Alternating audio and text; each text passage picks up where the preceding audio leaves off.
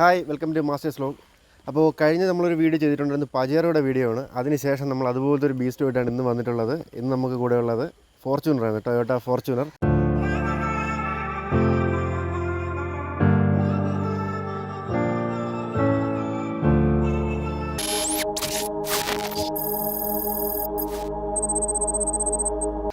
അപ്പോൾ ഇന്ന് നമ്മൾ ഇതിനെപ്പറ്റിയുള്ള കുറച്ച് ഡീറ്റെയിൽ ആയിട്ടുള്ള കാര്യങ്ങൾ നോക്കാൻ പോകുന്നുണ്ട്. ഇത് ഒരു സെക്കൻഡ് ഹാൻഡ് എടുത്ത വണ്ടിയാണ്, ഡൽഹിയിൽ നിന്ന് എടുത്തതാണ്. അപ്പോൾ പുള്ളിക്കാരൻ കുറച്ച് നാളായിട്ട് ഇത് ഓടിക്കുന്നുണ്ട്.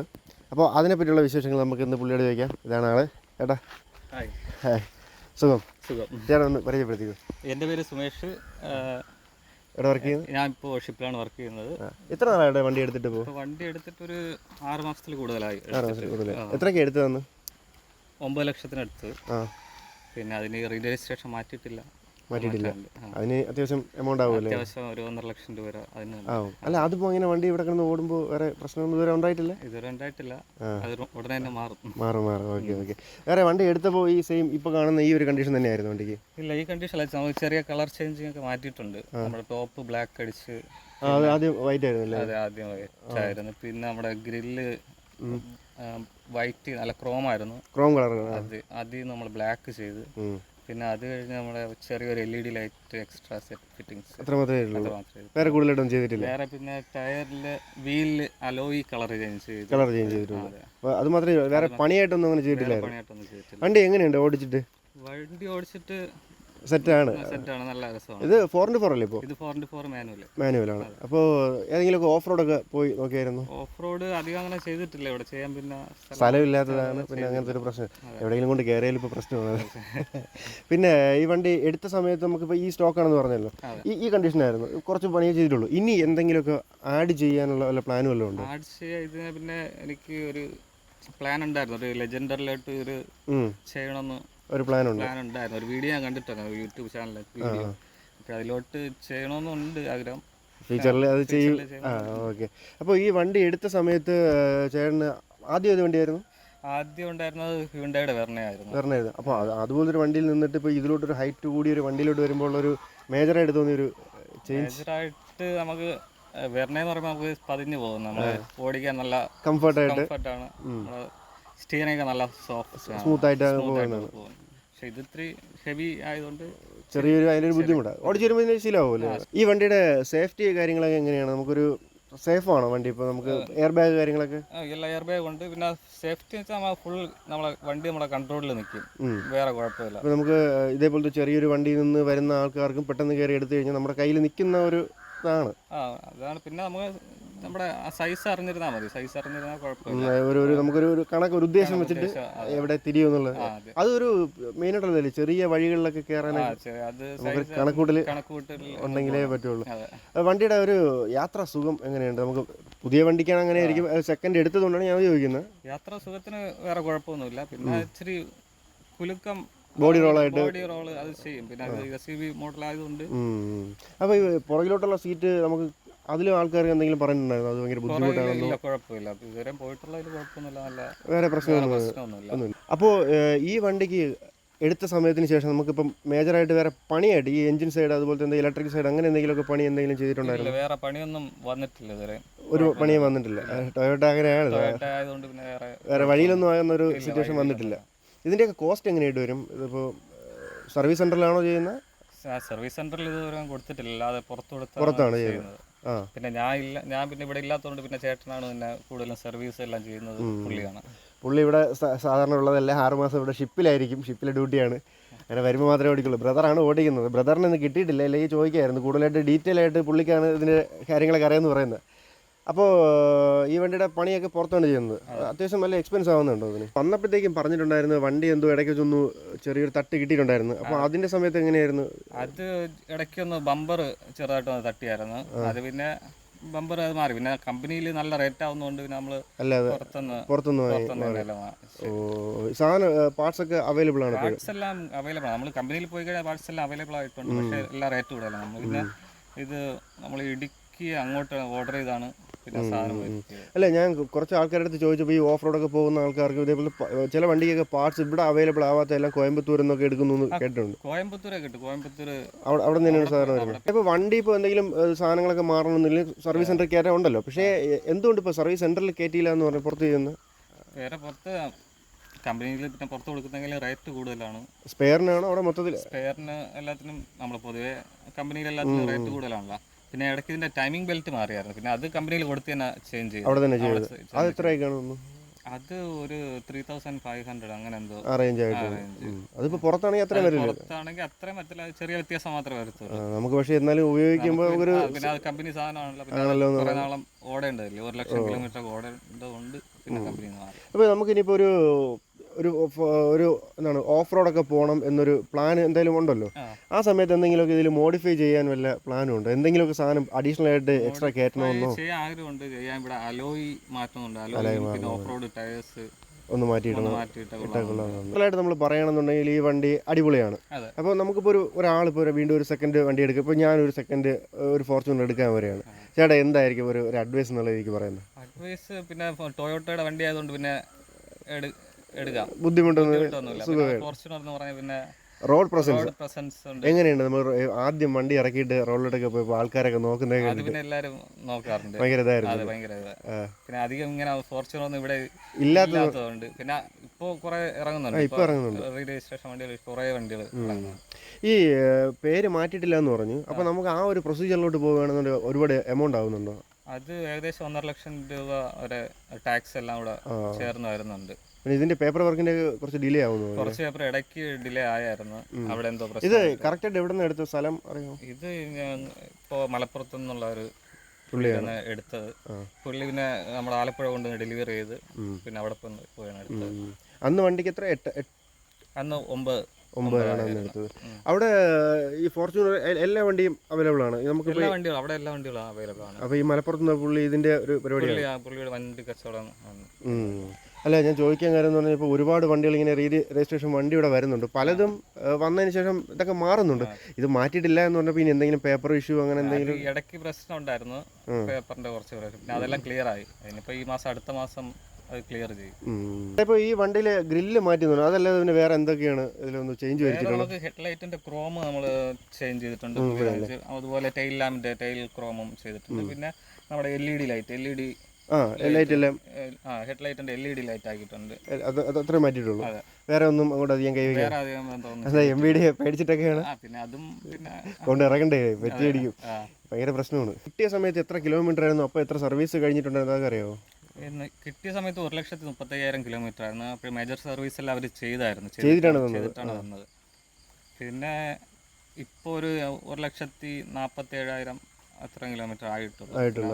അപ്പോൾ അധികം വലിയ ഓട്ടോ ഇല്ല. അപ്പോൾ ഇവിടെ നിന്ന് ഏറ്റവും കൂടുതൽ ഇപ്പോൾ ലോങ് ആയിട്ട് ഒന്ന് പോയിട്ടുള്ളത് എവിടെയായിട്ടായിരിക്കും? ഇവിടുന്ന് ലോങ് ആയിട്ട് പോയിട്ടുള്ളത് കോയമ്പത്തൂർ പോയിട്ടുണ്ട്. ഞാനില്ല, ചേട്ടനും ഫ്രണ്ട്സുമായിട്ട് കോയമ്പത്തൂർ പോയിട്ടുണ്ട്. പിന്നെ പോയിട്ടുള്ളത് വേറെ അങ്ങനെ അധികമല്ല. ഒരു ഓഫ് റോഡ് ആണ് ഇങ്ങനെ മിസ് ചെയ്തുകൊണ്ടിരിക്കുന്നത്. ഇത് ഓഫ് റോഡ് കിട്ടുന്നില്ല. ഓഫ് റോഡിനൊക്കെ ഓടിക്കാൻ പറ്റിയ ഒരു വണ്ടി കൈ കിട്ടിയിട്ട് സ്ഥലമില്ലാതെ അങ്ങനത്തെ ഒരു സിറ്റുവേഷൻ ആകുമ്പോഴത്തേക്ക് അത് ഭയങ്കര ബുദ്ധിമുട്ടാണ്. ഇനി ഫ്യൂച്ചറിൽ ഈ വണ്ടി നമ്മൾ അപ്ഗ്രേഡ് ചെയ്ത് വേറെ ഏതെങ്കിലും ഒരു വണ്ടി എടുക്കണം എന്ന് തോന്നുന്നു, അങ്ങനെ എന്തെങ്കിലും തോന്നിയിട്ടുണ്ടോ? ഇല്ല, ഇപ്പോൾ നിലവിലില്ല. അത് നമ്മുടെ 5 സീറ്റർ ആയതുകൊണ്ടാണ് പിന്നെ ഇതിപ്പോ. അല്ല, ഞാൻ ചോദിച്ചതെന്ന് പറഞ്ഞാൽ ഇപ്പോൾ ഫോർച്യൂണർ എടുത്തിട്ട് ഈ ഒരു നമുക്ക് ഇഷ്ടപ്പെടും, ഇതിൻ്റെ ഒരു പെർഫോമൻസ് ഇഷ്ടപ്പെടുമല്ലോ. ഇഷ്ടപ്പെട്ടിട്ട് പല ആൾക്കാരും അങ്ങനെ അടുത്ത് വേറെ ഒന്നിലോട്ട് മാറാൻ ചാൻസ് ഇല്ല. ഇനി അങ്ങനെ എന്തോ അറിയാൻ വേണ്ടി ചോദിച്ചത്.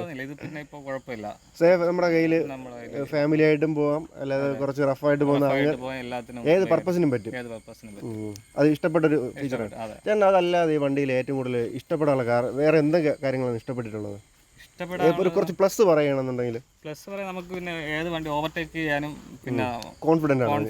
പിന്നെ നമുക്ക് വേറെ പ്രശ്നമൊന്നുമില്ല. ഇല്ല, അന്ന് ഒരു ലോങ് പോയെന്ന് പറഞ്ഞല്ലോ, അങ്ങ് പോയിട്ട് വന്നിട്ട് അവർക്ക് ബോഡി റോൾ എന്തെങ്കിലും കൂടുതലായിട്ട് എന്തെങ്കിലും പറഞ്ഞായിരുന്നു? ഇറിറ്റേറ്റ് ആവുന്ന രീതിക്ക്? ഇല്ല, അങ്ങനെ ഇല്ല. കാരണം ഇപ്പോൾ ഫുൾ ലോഡിൽ പോവുകയാണെങ്കിൽ അധികം ബോഡി റോൾ വരത്തില്ല. നമ്മളിപ്പോൾ 1-2 പേര് ഇരുന്ന് പോവുകയാണെങ്കിൽ മാത്രമേ ചെറിയ ബോഡി റോൾ. അല്ല, ഇപ്പോൾ നമുക്ക് കൂടുതൽ ആൾ കയറുകയാണെന്നുണ്ടെങ്കിൽ ഈ ലഗേജിന്റെ ഒക്കെ ഒരു ഫുൾ കപ്പാസിറ്റിയിൽ ഇരുന്ന് കഴിഞ്ഞാൽ പിന്നെ ബൂട്ട് സ്പേസ് ഇച്ചിരി വളരെ കുറവാണ്. അല്ല, ഒരു 5 പേര് ഇരുന്ന് കഴിഞ്ഞാൽ പിന്നെ നമുക്ക് ബാക്കിലത്തെ സീറ്റ് മടക്കി വെക്കാം. മടക്കി വയ്ക്കും. മടക്കി അല്ലെ വെച്ചാൽ ഇപ്പൊ ഈ പുറകിൽ ഏറ്റവും പുറകിലുള്ള ആ ഒരു സീറ്റിൽ ഇരിക്കുന്ന ആൾക്കാർ അവരുടെ ഒരു എക്സ്പീരിയൻസ് എന്താണ്? അവരോട് ഞാൻ ചോദിച്ചിട്ട് അവർക്ക് പിന്നെ വേറെ ഒരു 3 പേര് പ്രശ്നമൊന്നും കുഴപ്പമില്ല. ഇല്ല. പിന്നെ കൂടുതലായിട്ട് അവിടെ കുട്ടിയൊക്കെ ഇരിക്കാനുള്ള അധികം സ്പേസ് ഇല്ലാത്തതുകൊണ്ട്. അപ്പോൾ നമുക്കിപ്പോൾ വേറെ വണ്ടി യാത്ര ഇത്ര എവിടെയെങ്കിലും ലോങ് പൊയ്ക്കൊണ്ടിരിക്കുകയാണെങ്കിലും വേറെ ബുദ്ധിമുട്ടൊന്നുമില്ല വണ്ടി ഓടിക്കുക. എത്ര ദൂരം വേണമെങ്കിലും അങ്ങ് പോവാം. എത്ര ദൂരം വേണമെങ്കിലും പോകാം. അത് വണ്ടിയുടെ ഒരു പവർ അങ്ങനെ ആയതുകൊണ്ട് സുഖമാണല്ലേ അത്. പഴയ വണ്ടിക്കൊന്നും അത്. ഇനിയിപ്പോൾ ചേട്ടൻ താറൊക്കെ ഓടിച്ച് നോക്കിയിട്ടുണ്ടായിരുന്നു? താറൊന്നും ഞാൻ ഓടിച്ച് നോക്കിയിട്ടില്ല. അതുപോലെ ഈ 4x4 വേറെ ഏതെങ്കിലുമൊക്കെ? 4x4 ഇല്ല. ഇപ്പോൾ ഈ ഡ്രൈവിംഗ് സീറ്റ് വന്നിരിക്കുമ്പോൾ ഇവിടെ ഈ ഒരു ഫ്രണ്ട് ഭാഗത്ത് നമുക്ക് എന്തെങ്കിലുമൊക്കെ മാറ്റം വരുത്തണമെന്ന് തോന്നിയിട്ടുണ്ടോ? ഫ്രണ്ടിൽ നമുക്കിത് പുതിയ ഒരു ഇപ്പോൾ ലെജൻഡർ മോഡൽ സ്റ്റിയറിംഗ് വീല് മാറ്റുന്നുണ്ട്. പക്ഷെ അത് മാറ്റാൻ പറ്റുമെന്ന് അറിയത്തില്ല, ചെയ്യാൻ പറ്റുമെന്ന് അറിയത്തില്ല. പക്ഷെ അത് ആക്കിയാൽ കൊള്ളാമെന്നുണ്ട്. പിന്നെ ഇതിന്റെ സ്ക്രീനിനെ പറ്റി പറയുകയാണെങ്കിൽ സ്ക്രീനിന് ഇതിപ്പോ അവര് തന്നപ്പോഴേ അത് മാറ്റിയിട്ടുണ്ടായിരുന്നു. ആൻഡ്രോയിഡ് സെറ്റാണ് വെച്ചിട്ടുള്ളത്. കുഴപ്പമില്ല, നല്ല ക്വാളിറ്റി ഉണ്ട്, സ്മൂത്ത് ടച്ച് എല്ലാം ആണ്. സൗണ്ട് സിസ്റ്റം ഞാൻ എക്സ്ട്രാ ഒരു കിക്കറിന്റെ ഒരു സൗണ്ട് ഇത് വെച്ചിട്ടുണ്ട്, അഡീഷണൽ വെച്ചിട്ടുണ്ട്. അതിൽ തൃപ്തനാണ്. നല്ല ക്വാളിറ്റി ഉണ്ട്. സാധാരണ ഫോർച്യൂണർ വണ്ടികളിലെല്ലാം ആൾക്കാർ ഇപ്പോൾ എടുക്കുന്നവർ ഒരു 360 ക്യാമറ അതുപോലുള്ള കാര്യങ്ങളൊക്കെ അഡീഷണൽ ആയിട്ട് ആഡ് ചെയ്യുന്നത്. എപ്പോഴെങ്കിലും അങ്ങനെ ആഡ് ചെയ്യാൻ വല്ല പ്ലാൻ ഉണ്ടോ? 360 ചെയ്യണമെന്നുണ്ട്, പക്ഷെ ഇപ്പോഴില്ല. ഫ്യൂച്ചറിൽ ചെയ്യണമെന്നൊരു ആഗ്രഹമുണ്ട്. ഫ്യൂച്ചറിൽ ചെയ്യണമെന്ന് ആഗ്രഹമുണ്ട്. പിന്നെ വേറെ സീറ്റ് കാര്യങ്ങളൊന്നും ചേഞ്ച് ചെയ്യാൻ താല്പര്യമില്ല? സീറ്റ് കവർ ചേഞ്ച് ചെയ്യാൻ താല്പര്യമുണ്ട്. ഒരു കൊല്ലത്ത് ഒരു വീഡിയോ കണ്ടിട്ടുണ്ടായിരുന്നു. അപ്പോൾ നല്ല അടിപൊളി സീറ്റ് കവർ ചെയ്യുന്ന സ്ഥലം. അപ്പോഴതൊന്ന് കോണ്ടാക്ട് ചെയ്ത് ഇതിന്റെ ഇന്റീരിയർ ഫുള്ള് ബ്ലാക്ക് ചെയ്യണമെന്ന് ആഗ്രഹമുണ്ട്. അതുപോലെ ടോപ്പ് റൂഫ് എല്ലാം ബ്ലാക്ക് ചെയ്ത് ബ്ലാക്കിലോട്ട് മാറ്റണമെന്നുണ്ട്. ടീമിലോട്ട് മാറാനാണ് ഐഡിയ. മുമ്പ് അതൊരു വെറണുണ്ടെന്ന് പറഞ്ഞായിരുന്നല്ലോ. അപ്പൊ അതിന്റെ ഒരു ഹൈറ്റിൽ നിന്ന് ഇതിലോട്ട് മാറിയപ്പോൾ ഹൈറ്റും ബാക്കി കാര്യങ്ങളും ഈ ഇപ്പം നമുക്ക് വണ്ടിയുടെ ഒരു പവറും കാര്യങ്ങളും തന്നെ ടോട്ടലി ഡിഫറെന്റ് ആണ്. ഒരു ബ്രേക്കിങ്ങും കാര്യങ്ങളെല്ലാം അതും ഇതുമായിട്ട് ഒരു കമ്പയർ ചെയ്യുമ്പോഴത്തേക്ക് കമ്പയർ ചെയ്യാൻ പാടില്ല, അങ്ങനെയല്ല. ചേട്ടന് തോന്നിയ ഒരു വ്യത്യാസങ്ങൾ എന്തൊക്കെയാണ്, ഒരു ഡിഫറൻസ്? ബ്രേക്കിങ്ങിൽ നല്ല ബ്രേക്കിംഗ് ഉണ്ട്. പിന്നെ ലെഗ് സ്പേസ്, പിന്നെ അത് കമ്പയർ ചെയ്യുമ്പോൾ ഇതിൽ ഇത്തിരി ലെഗ് സ്പേസ് കൂടുതലുണ്ട്. അതുപോലെ നമുക്ക് ഹെഡ് ഒന്നും വലിയ ബുദ്ധിമുട്ടില്ല, സുഖമായിട്ടിരുന്ന് പോവാം. പിന്നെ ഇത്തിരി വയസ്സായുള്ളവർക്ക് ഇത്തിരി കയറാൻ ഇത്തിരി ബുദ്ധിമുട്ടുണ്ട് എന്നേ ഉള്ളൂ. ഒരു ഹൈറ്റിന്റെ പുറത്ത് വെളിയിൽ നിന്ന് ചവിട്ടി കയറാൻ ഇത്തിരി ബുദ്ധിമുട്ടുണ്ടെന്നേ ഉള്ളൂ. അത് മാത്രമേ ഉള്ളൂ, അല്ല വേറെ ഒന്നും. അതിലോട്ട് വന്നപ്പോഴത്തേക്ക് ഒരു ചെറിയ പണി കിട്ടിയിരിക്കുന്നുണ്ട്. ഇതെന്താ ചേട്ടാ? അതൊരു വണ്ടിക്ക് റിവേഴ്സ് കൊടുത്തു. ഒരു ചെറിയൊരു വഴി കൂടെ പോയപ്പോൾ ഒരു തടി ലോറി വരുമായിരുന്നു. അങ്ങനെ അതിന് റിവേഴ്സ് കൊടുത്തത് ഒരു ചെറിയൊരു പോസ്റ്റിൽ ചെറുതായിട്ടുണ്ട്, കൊണ്ട് ചെന്ന് മുട്ടി, ചങ്ക് തകർന്നു. ഇത് പെയിന്റ് ഒക്കെ ചെയ്തെടുക്കാൻ നല്ല കോസ്റ്റ് ആവും. പെയിന്റ് ചെയ്തെടുക്കാം. നമ്മുടെ ഒരു ഫ്രണ്ട് തന്നെ പെയിന്റ് വർക്ക്ഷോപ്പ് ചെയ്യുന്നുണ്ട്, അപ്പോൾ ചെയ്തെടുക്കാം. അപ്പോൾ അതിന്റെ കൂട്ടത്ത് എന്തെങ്കിലുമൊക്കെ മാറ്റം വരുത്താൻ വല്ല പ്ലാൻ ഉണ്ടോ? ഇല്ല, ഇതിലിപ്പോ വേറെ മാറ്റങ്ങളൊന്നും വരുത്താനില്ല. അല്ല, ഞാൻ ചോദിച്ചത് ഇനി ഈ ക്രോം മാറ്റിയിട്ട് വേറെ എന്തെങ്കിലും വെക്കാനോ അല്ലെങ്കിൽ LED ഒക്കെ ആക്കിയിട്ട്? എനിക്ക് LED Lexus type LED tail lamp ആക്കണമെന്ന്. ഇതും അതുപോലെ ഫ്രണ്ട് ഹെഡ്ലൈറ്റും ലെക്സസിന്റെ മോഡൽ ടൈപ്പിലോട്ട് ഒന്ന് മാറ്റിയാൽ കൊള്ളാവുന്നുണ്ട്. വന്നിട്ടുള്ള മെയിനായിട്ടും ഡൽഹിയിൽ നിന്നാണല്ലോ എടുത്തിട്ടുള്ളത്. അപ്പോൾ അങ്ങനെ വരുമ്പോൾ നമുക്കിപ്പോൾ ഒരു വണ്ടി അവിടെ നിന്ന് എടുക്കുകയാണെന്നുണ്ടെങ്കിൽ എന്തൊക്കെ കാര്യങ്ങൾ ചെക്ക് ചെയ്യണം? നമ്മൾ എവിടെയെങ്കിലുമൊക്കെ നമുക്ക് പറ്റിക്കപ്പെടാനുള്ള സാധ്യത അവിടെ ഉണ്ടാവും?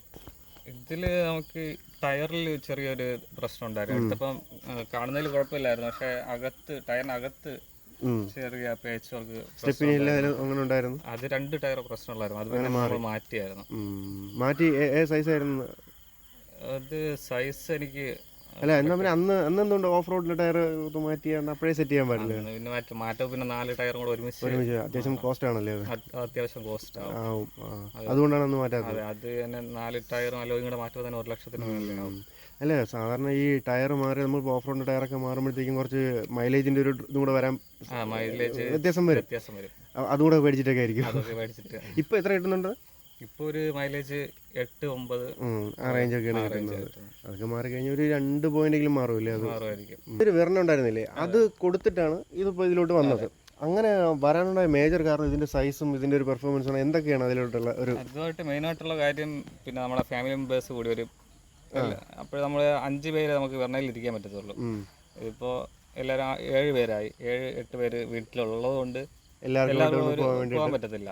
അപ്പോൾ പിന്നെ ഇത് ആകുമ്പോൾ എല്ലാവരും ഒരുമിച്ച് പോകാൻ പറ്റും. അതെ. അല്ല, ഞാൻ ചോദിക്കുന്ന എന്നാ പിന്നെ നമുക്ക് ഈ 7 സീറ്ററിലുള്ള വേറെ ഒരുപാട് വണ്ടികളുണ്ടല്ലോ, എന്തുകൊണ്ട് ഫോർച്യൂണറിലെത്തി? ഫോർച്യൂണർ എന്ന് പറയുമ്പോൾ ഫോർച്യൂണർ എന്ന് പറയുന്നതിന് തന്നെ ഒരു ഇഷ്ടം. അതെ. അപ്പോൾ എടുത്തതിൽ തൃപ്തനാണ്. അതെ, എടുത്തതിൽ ഇതുവരെ അതിന് ശേഷം വേറെ പ്രശ്നങ്ങൾ എടുത്തിട്ട് അയ്യോ എൻ്റെ പൈസ പോയി അങ്ങനെ ഒരു തോന്നലും ഈ വണ്ടിയുടെ ഭാഗത്ത് നിന്നും ഒന്നും ഉണ്ടായിട്ടില്ല? ഇല്ല, വണ്ടിയുടെ ഭാഗത്തൊന്നും ഉണ്ടായിട്ടില്ല. വണ്ടി ഇപ്പോൾ നമ്മൾ കൊടുത്താലും നമുക്ക് ടൊയോട്ടയുടെ വണ്ടി ഫോർച്യൂണർ ആയതുകൊണ്ട് പിന്നെ എടുത്ത നമുക്ക് ആ ഒരു വാല്യൂ ഉണ്ട്, വാല്യൂ കിട്ടും. റീസെയിൽ വാല്യൂ ഇപ്പോൾ എന്തായാലും ടൊയോട്ടയുടെ വണ്ടിക്ക് എല്ലാത്തിനും ഉണ്ട്, അത്യാവശ്യം നല്ലതായിട്ടാണ്. വേറെ പ്രശ്നമൊന്നും ഇതുവരെ ആർക്കും അങ്ങനെ അധികം കംപ്ലൈന്റ് ഒന്നും പറഞ്ഞ് കേട്ടിട്ടില്ല. പിന്നെ എഞ്ചിൻ കംപ്ലൈന്റ് ഒന്നും അങ്ങനെ വരാറില്ല ടൊയോട്ട വണ്ടി ആയതുകൊണ്ട്.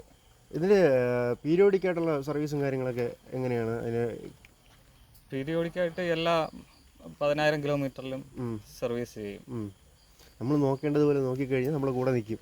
വീട്ടിൽ അച്ഛനും അമ്മയ്ക്കൊക്കെ അത്യാവശ്യം പ്രായമുള്ളവർക്കൊക്കെ ഈ വണ്ടിയിൽ കയറാൻ ഇച്ചിരി ബുദ്ധിമുട്ടല്ലേ? മറ്റേ വണ്ടിയാണെന്നുണ്ടെങ്കിൽ കുറച്ച് ചെറുതാണ്. അതിൽ നിന്ന് ഇതിലോട്ട് മാറിയപ്പോൾ അവരുടെയൊക്കെ ഒരു എന്തായിരുന്നു ഒരു എക്സ്പീരിയൻസ്? അവരെന്താണ് പറയുന്നത്? അവർക്ക് വണ്ടി കണ്ടിട്ട് കുഴപ്പമില്ല, വണ്ടി ഇഷ്ടപ്പെട്ടു. പക്ഷേ അവർക്ക് കയറാനും ഇറങ്ങാനുള്ള ചെറിയൊരു ബുദ്ധിമുട്ട്, ഹൈറ്റിന്റെ ബുദ്ധിമുട്ടുണ്ട്. പിന്നെ വെറുതെ നമുക്ക് കയറാനും ഇറങ്ങാനും എളുപ്പമുണ്ട്.